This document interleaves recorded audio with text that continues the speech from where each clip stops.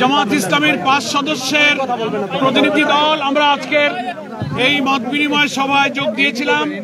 আমাদের দলের নেতৃত্ব দিয়েছিলেন বাংলাদেশ জামাত ইসলামীর সম্মানিত কেন্দ্রীয় নায়েবে আমির, বাংলাদেশ ইসলামী ছাত্র শিবিরের সাবেক কেন্দ্রীয় সভাপতি ডক্টর সৈয়দ আব্দুল্লাহ মোহাম্মদ তাহের, সাবেক এমপি। তিনি এখন আমাদের পক্ষ থেকে তিনি ব্রিফ করছেন। ডাক্তার আব্দুল্লাহ মোহাম্মদ তাহের, এই যে এখানে বলেন।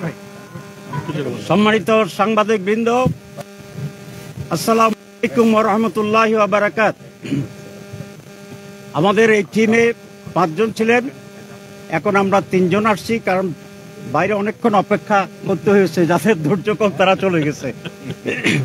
আমার ভাইয়ে যিনি আছেন আমাদের দলের মাননীয় সেক্রেটারি জেনারেল এবং সাবেক এমপি মিয়া গোলাম পরোয়ার অধ্যাপক, এবং আমার ডানে যিনি আছেন তিনি একজন সাবেক এমপি, আমাদের দলের অ্যাসিস্ট্যান্ট সেক্রেটারি জেনারেল জনাব হামিদুর রহমান আজাদ, আর আমার নাম তো আপনারা ইতিমধ্যে শুনেছেন। আমি প্রথমে জামাত ইসলামীর পক্ষ থেকে আপনাদেরকে ধন্যবাদ জানাই। দীর্ঘ সময় ধরে আপনারা এখানে উপস্থিত আছেন। আজকে আপনারা ইতিমধ্যে জেনেছেন যে প্রধান উপদেষ্টা এবং রিফর্ম কমিশনের নতুনভাবে যারা সদস্য ছিলেন তাদের সাথে বৈঠক হয়েছে। ওনারা কিভাবে এটা করবেন এবং বিভিন্ন দলের সাথে স্টেক হোল্ডারদের সাথে আলাদাভাবে আলোচনা করবেন সে বিষয়ে আলোচনা হয়েছে।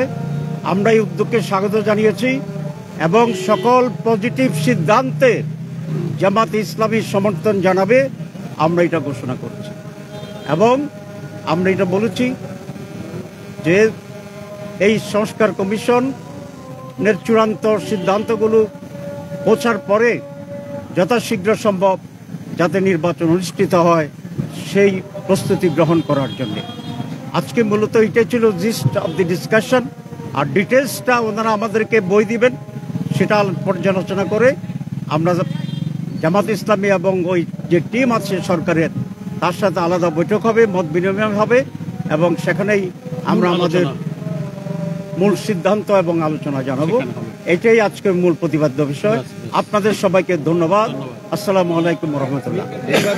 নির্বাচন নিয়ে আপনারা কোনো প্রস্তাবনা দিচ্ছেন যে কোন নির্বাচনটা আগে? আমরা বলেছি যে সংস্কার প্রয়োজন, এই জন্য সংস্কারটা উপরে আমরা ঐকমত্য হই, তারপরে যথাশীঘ্র সম্ভব নির্বাচন অনুষ্ঠিত হবে। প্রধান উপদেষ্টা তো বলেছেন ডিসেম্বরের ভিতরে ওরা করবেন, আমরা সেটা দেখছি how it goes. Thank you.